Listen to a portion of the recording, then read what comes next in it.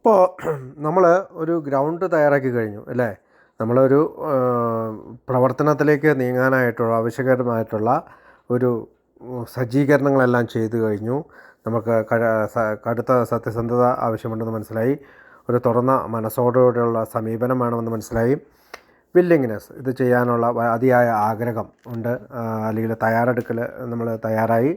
അപ്പോൾ ഇതിന് നമ്മൾ തയ്യാറായതിന് ശേഷം അടുത്തത് നമ്മൾ ഡോക്ടറുടെ അഭിപ്രായത്തിൽ എക്സസ് 5 എന്ന് പറയുന്ന പേജിലേക്ക് പോവുകയാണ്. നമുക്കറിയാം, നമ്മുടെ ഒന്നാം പടി പറയുന്നത് we admitted we were powerless over alcohol that our lives had become unmanageable. മദ്യത്തിന് മുന്നിൽ ശക്തിഹീനനെന്ന് സമ്മതിച്ചു, ഞങ്ങളുടെ ജീവിതം അനിയന്ത്രിതമായി പോയി. അപ്പോൾ ഒരു അഡ്മിഷൻ, എന്തുകൊണ്ടാണ് നമ്മൾ അഡ്മിറ്റ് ചെയ്തത് അല്ലെങ്കിൽ സമ്മതിച്ചത്? നമ്മുടെ മദ്യത്തിൻ്റെ ഡെഫിനേഷനിൽ തന്നെ പറയുന്നുണ്ട്, ചിന്താക്കുഴപ്പമുണ്ടാക്കുന്നവനാണ്, അതിശക്തനാണ്, സൂത്രശാലിയാണ് മദ്യമെന്ന്. അപ്പോൾ അതിശക്തനായ ഒരു മദ്യത്തിന് മുന്നിൽ ആൽക്കഹോളിക്കായ ഷിബു പവർലെസ്സാണ്, ശക്തിയില്ലാത്തവനാണ് എന്ന് സമ്മതിക്കാനായിട്ടുള്ള ഒരുപാട് കാര്യങ്ങളുണ്ട്. അത് നമ്മൾ ഡിസീസ് കൺസെപ്റ്റ് ഓഫ് ആൽക്കഹോളിസത്തിൽ പഠിച്ചതാണ്. എങ്കിലും നമ്മൾ ഒന്നും കൂടി അതിനെപ്പറ്റി ചിന്തിക്കാൻ പോവുകയാണ്. മദ്യം കഴിച്ചുകൊണ്ടിരുന്ന എനിക്ക് എപ്പോഴാണ് ഈ ക്രേവിങ് ഉണ്ടാവുക, അല്ലെങ്കിൽ ആർത്തി ഉണ്ടാവുക, വീണ്ടും വീണ്ടും കുടിക്കണമെന്ന തോന്നലുണ്ടാവുക? അതെപ്പോഴും ആദ്യത്തെ കുടി എൻ്റെ ഉള്ളിൽ ചെല്ലുമ്പോൾ മാത്രമാണ്. എൻ്റെ ശരീരത്തിൽ ആദ്യത്തെ ഡ്രോപ്പ് മദ്യം ചെല്ലുമ്പോഴാണ് എനിക്ക് ക്രേവിങ് ഉണ്ടാവുക, വീണ്ടും വീണ്ടും കുടിക്കണമെന്നുള്ള തോന്നൽ. അപ്പോൾ നമ്മൾ ഡിസീസ് കൺസെപ്റ്റ് ഓഫ് ആൽക്കഹോളിസത്തിൻ്റെ ചാർട്ടിൽ പറയുന്നത്, ഒരു പെഗ് എടുത്ത് കഴിയുന്ന ഒരു സാധാരണ കുടിയൻ അല്ലെങ്കിൽ ഒരു സോഷ്യൽ ഡ്രിങ്കർ ഒരു പെഗ് എടുത്ത് കഴിയുമ്പോൾ അവൻ്റെ ശരീരത്തിൽ അത് പ്രവേശിച്ച് കഴിയുമ്പോൾ അത് അസറ്റാൽഡെഹൈഡും അതിനുശേഷം അത് ഡയബറ്റിക് ആസിഡും പിന്നെ അസറ്റോണുമായി മാറുന്നു. ഈ അസറ്റോണായി മാറിയ ഈ മദ്യം വാട്ടർ, ഷുഗർ, കാർബൺ ഡയോക്സൈഡ് അല്ലെങ്കിൽ വെള്ളം, പഞ്ചസാര, കാർബൺ ഡയോക്സൈഡായിട്ട് വിഘടിക്കുകയും ചെയ്യുന്നു. അവിടെ അവൻ്റെ ശരീരത്തിലൊരു നോർമൽ പ്രവർത്തനമായിട്ട് അത് നടക്കുന്നു. എന്നാൽ ഇതേ സമയം നമ്മളെപ്പോലെയുള്ള ഫിസിക്കലായിട്ട് അലർജിയുള്ള അല്ലെങ്കിൽ ഡിസീസുള്ള മറ്റേ ആളുകൾക്ക് ഈസാണ്, അനായാസകരമായിട്ട് കൈകാര്യം ചെയ്യാൻ പറ്റും. നമുക്ക് ഡിസീസാണ്, നമുക്ക് അനായാസകരമായിട്ട് കൈകാര്യം ചെയ്യാൻ പറ്റാത്ത ഈ മദ്യം ഉള്ളിൽ ചെന്ന് കഴിയുമ്പോൾ അയാൾക്ക് സംഭവിക്കുന്നത് തന്നെയാണ് നമ്മുടെ ജീവിതത്തിലൊക്കെ സംഭവിക്കുന്നത്. അസറ്റാൽഡെഹൈഡായിട്ട് മാറുന്നു, പിന്നെ ഡയബറ്റിക് ആസിഡായിട്ട് മാറുന്നു. പക്ഷേ അടുത്ത സ്റ്റേജ് എത്തുമ്പോൾ അതായത് acetone level creates A craving.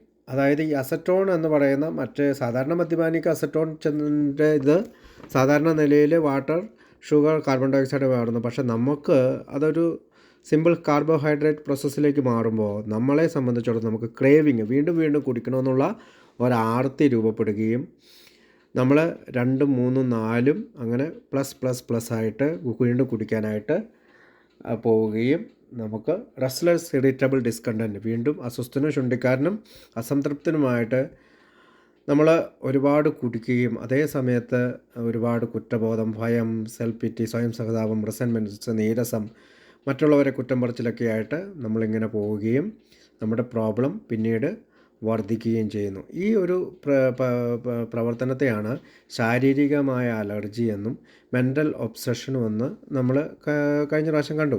അപ്പോൾ ഒരു സാധാരണ മദ്യപാനിക്ക് അല്ലെങ്കിൽ മദ്യം കഴിക്കുന്ന സാധാരണ മദ്യപാനിക്ക് കുഴപ്പമില്ലാത്ത മദ്യം അസാധാരണ മദ്യപാനി അല്ലെങ്കിൽ ആൽക്കഹോളിക്കായി തീർന്ന ഒരു മദ്യപാനിക്ക് കുഴപ്പമായിട്ട് മാറുകയും അവൻ പവർലെസ് ഓവർ ആൽക്കഹോളിന് മുന്നിൽ ശക്തിഹീനനായിട്ട് മാറുകയും ചെയ്യുന്നു. അപ്പോൾ ഒരു അഡിക്ഷൻ പ്രോസസ്സിൻ്റെ ഭാഗമായിട്ടാണ് ആദ്യത്തെ കുടി കുടിക്കുക, എനിക്ക് കുടിക്കണമെന്നുള്ള ആ തോന്നൽ വരുന്നത് ഒരു അഡിക്ഷൻ പ്രോസസ്സിൻ്റെ ഭാഗമാണ്. അല്ലെങ്കിൽ ഞാനൊരു മദ്യത്തിന് അടിമയായതുകൊണ്ടാണ്, അല്ലെങ്കിൽ മദ്യത്തിന് മുമ്പിൽ പവർലെസ് ആയതുകൊണ്ടാണ് ആ പ്രോസസ്സ് വരുന്നത്. പക്ഷേ ഞാൻ ആ ഫസ്റ്റ് ഡ്രിങ്ക് എടുക്കുകയാണെങ്കിൽ ഷിബു എന്ന് പറയുന്ന എൻ്റെ ശരീരത്ത് അത് പ്രവേശിക്കുകയും അസറ്റാൽഡെഹൈഡും ഡയബറ്റിക് ആസിഡായി മാറുകയും അടുത്ത സ്റ്റേജിലുള്ള അസറ്റോൺ ലെവലിലേക്ക് മാറുമ്പോൾ അതൊരു ക്രേവിങ്, വീണ്ടും ആർത്തി എന്ന പ്രതിഭാസം ഷിബുവിൻ്റെ ശരീരത്തിലുണ്ടാവുകയും ഷിബു കുടിച്ച് ബോധം കെട്ട് കിടക്കുന്ന അവസ്ഥയിലേക്ക് എത്തിച്ചേരുന്നു. എല്ലാ കുടിയുടെ എപ്പിസോഡുകളും ഇത് തന്നെ ഞാൻ ആവർത്തിക്കുന്നു. ഒരിക്കലും ഒരു പെഗ് അടിക്കണം അല്ലെങ്കിൽ 2 പെഗ് അടിക്കണം, ഇന്ന് സമാധാനമായിട്ട് വീട്ടിൽ വരണമെന്ന് ആഗ്രഹിച്ചിരുന്ന എനിക്ക് ഒരിക്കലും അത് സാധിച്ചിരുന്നില്ല.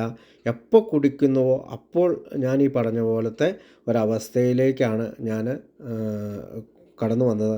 അതുകൊണ്ടാണ് ഞാൻ പവർലെസ് ഓവർ ആൽക്കഹോളായിട്ട് എനിക്ക് സമ്മതിക്കേണ്ടി വന്നു. ഞാൻ മദ്യത്തിന് മുന്നിൽ ശക്തിഹീനനാണെന്ന് സമ്മതിക്കേണ്ടി വന്നത് എൻ്റെ ശരീരം അങ്ങനെ സൃഷ്ടിക്കപ്പെട്ടതായതുകൊണ്ടാണ്.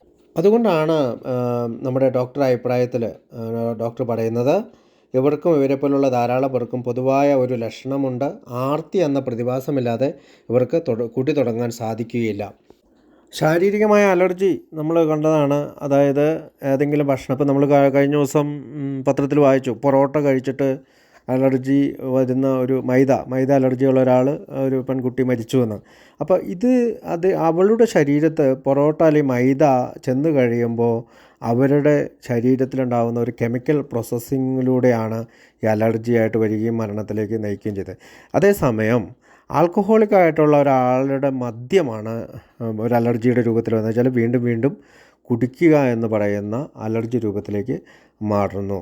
അതുകൊണ്ടാണ് ആൽക്കഹോളിക് ആയിട്ടുള്ള നമ്മളെ ഒരു പ്രത്യേകതരം സൃഷ്ടികളായിട്ട് നമ്മൾ കണക്കാക്കുന്നത്. അല്ലെങ്കിൽ പറയുന്നത് നമ്മളെല്ലാവരും ഒരു പ്രത്യേകതരം സൃഷ്ടികളാണ്, അതുകൊണ്ട് നമ്മളൊരു വർഗ്ഗമാണെന്ന് പറയും. നമ്മളൊരു ഗ്രൂപ്പാണ്, അല്ലെങ്കിൽ ഒരു വർഗ്ഗമാണ്, അല്ലെങ്കിൽ ലോകത്തിലുള്ള എല്ലാ ആൽക്കഹോളിക്കുകളും സൃഷ്ടിക്കപ്പെട്ടിരിക്കുന്നത് ഇങ്ങനെയാണ്.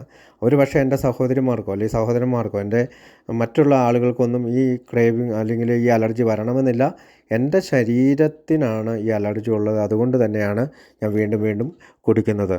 അങ്ങനെ ഈ ആർത്തി എന്ന് പറയുന്ന ഈ പ്രതിഭാസത്തെ ഏത് തരത്തിലുള്ള ചികിത്സാ രീതി കൊണ്ടും നിർമ്മാർജ്ജനം ചെയ്യാൻ കഴിയില്ല. അപ്പോൾ ഇങ്ങനെ നിർമ്മാർജ്ജനം ചെയ്യാൻ കഴിയില്ല എന്ന് ആൽക്കഹോളിസം അനോണിമസ് നമ്മളോട് പറയുന്നു. നീ എന്ത് ചികിത്സ ചെയ്തിട്ടും കാര്യമില്ല, വീണ്ടും കുടിക്കുക എന്ന് പറയുന്ന ഒരു സന്ദർഭം നിനക്ക് നമ്മുടെ ശരീരത്ത് ഉണ്ടാക്കിയെടുക്കാൻ കഴിയില്ല. പക്ഷേ ഒരു ദിവസത്തേക്ക് നമുക്ക് അറസ്റ്റ് ചെയ്ത് നിൽക്കാൻ സാധിക്കും.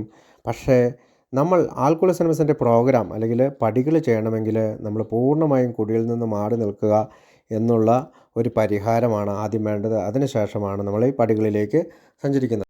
അപ്പോൾ ഇങ്ങനെ അലർജിക് ടൈപ്പ് ആയിട്ടുള്ള ആളുകൾക്ക് ഏത് തരം ആൽക്കഹോൾ, ഇപ്പോൾ എനി ഫോം ഓഫ് ആൽക്കഹോൾ, ഇപ്പോൾ വൈനായിക്കോട്ടെ, ബീറായിക്കോട്ടെ, കള്ളായിക്കോട്ടെ, ചാരായമായിക്കോട്ടെ, നമ്മുടെ വീട്ടിൽ ഉണ്ടാക്കുന്ന വീഞ്ഞായിക്കോട്ടെ, എന്ത് ആൽക്കഹോൾ കണ്ടൻറ്റുള്ള ആൽക്കഹോളായാലും നമ്മുടെ ശരീരത്തിൽ പ്രവേശിച്ചു കഴിഞ്ഞാൽ നമുക്ക് ക്രേവിങ് ഉണ്ടാവും. നമുക്കറിയാം, സ്ത്രീകളും പുരുഷന്മാരും എല്ലാം കുടിക്കുന്നത് സന്തോഷത്തിനും അവർക്ക് എൻജോയ്മെൻറ്റ് നടത്തുന്നതിനും വേണ്ടിയാണ്. പക്ഷേ നമ്മളെപ്പോലുള്ള ആൽക്കഹോളിക്കുകൾ വീണ്ടും കുടിച്ചു കഴിഞ്ഞാൽ അങ്ങനെയുള്ള ഒരു സാധ്യതയല്ല ഉള്ളത്. വീണ്ടും അലർജിക്കായി മാറുകയും നമ്മൾ ചിന്തിച്ചു കഴിഞ്ഞാൽ നമ്മുടെ ഓരോ കുടിയും, നമ്മൾ 2 എണ്ണം അടിക്കണമെന്ന് വിചാരിച്ച് പോയിട്ടുള്ള ഓരോ കുടിയും അവസാനിപ്പിച്ചിരിക്കുന്നത് അമിതമായ കുടിയിലൂടെയും പ്രശ്നങ്ങളിലൂടെയാണ്. സോഷ്യൽ ഡ്രിങ്കേഴ്സായിട്ടുള്ള സ്ത്രീകളും പുരുഷന്മാരും അവർ ഈ പറയുന്ന ഒരു ഇമ്പാക്റ്റ്, ആൽക്കഹോൾ പ്രൊഡ്യൂസ് ചെയ്യുന്ന ഒരു ചെറിയ ആനന്ദം അവരുടെ ഇതിൽ ശരീരത്തിൽ പ്രയോഗിക്കുമ്പോൾ ഡോപ്പാമിൻ എന്ന് പറയുന്ന ഒരു തന്മാത്ര ഉണ്ടാകുന്നതെന്നൊക്കെ നമ്മൾ കണ്ടു. അപ്പോൾ അത് അവരെ മെയിൻറ്റെയിൻ ചെയ്ത് നിർത്താൻ അവരെ സഹായിക്കുന്നു. പക്ഷേ ആൽക്കഹോളിക്കിനുള്ള ഒരു കുഴപ്പം ഈ അലർജി ഉള്ളതുകൊണ്ട് വീണ്ടും വീണ്ടും കുടിക്കും. അപ്പോൾ അതുപോലെ തന്നെയാണ് നമ്മുടെ മൈൻഡും. സാധാരണ കുടിയന്മാരുടെ മൈൻഡ് പോലെയല്ല നമ്മുടെ മൈൻഡ്. നമുക്ക് പെട്ടെന്ന് ഒരു ഒബ്സഷൻ, വീണ്ടും വീണ്ടും കുടിക്കാനുള്ള ഒരു ഒബ്സഷൻ ഉണ്ടാകും. അതുകൊണ്ട് നമ്മുടെ മൈൻഡും ഒരു അബ്നോർമലാണ് എന്ന് കാണാം. അതുകൊണ്ട് തന്നെ പൊതുവായിട്ടുള്ള ഒരു സിംറ്റമാണ് ക്രേവിങ് അല്ലെങ്കിൽ ആർത്തി. ഒരു ലക്ഷണമാണ്, എല്ലാ ആൽക്കഹോളിക്കിനുമുള്ള ഒരു ലക്ഷണമാണ് ആർത്തി.